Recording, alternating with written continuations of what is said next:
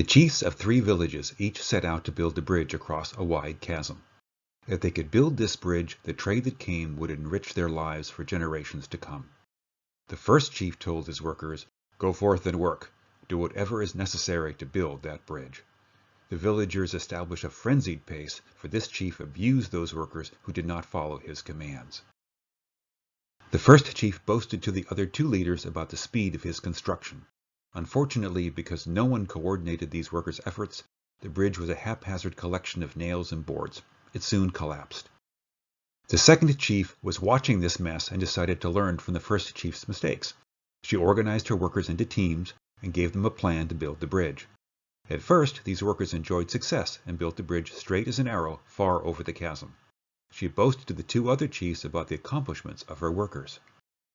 Unfortunately, the bridge only went so far, for the chief did not know how to build structural supports.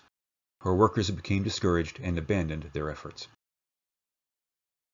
The third chief was watching their efforts and decided to learn from the other chief's mistakes. He sent his workers to the other villages to learn what they had done and what they hadn't done. His workers then developed a plan.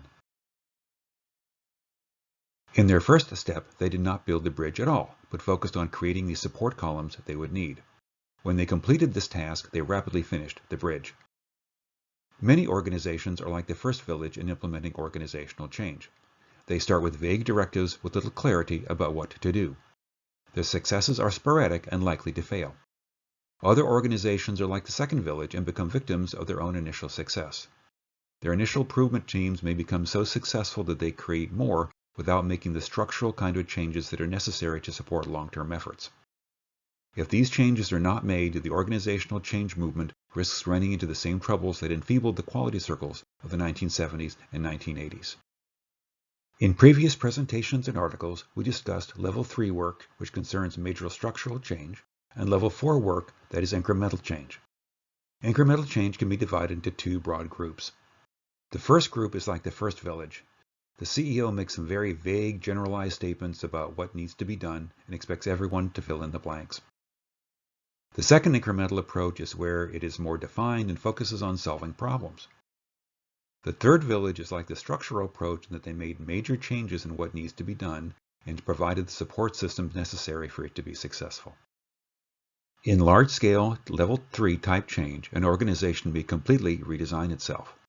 You may reevaluate who their customers are and what lines of business they have. Internally, they may change organizational structure, compensation systems, performance appraisal, IT systems, and management style. Given these types of changes are often uncomfortable, it is often the case that organizations will only make minor Level 4 changes. However, large-scale structural change may be necessary for the long-term success of the organization.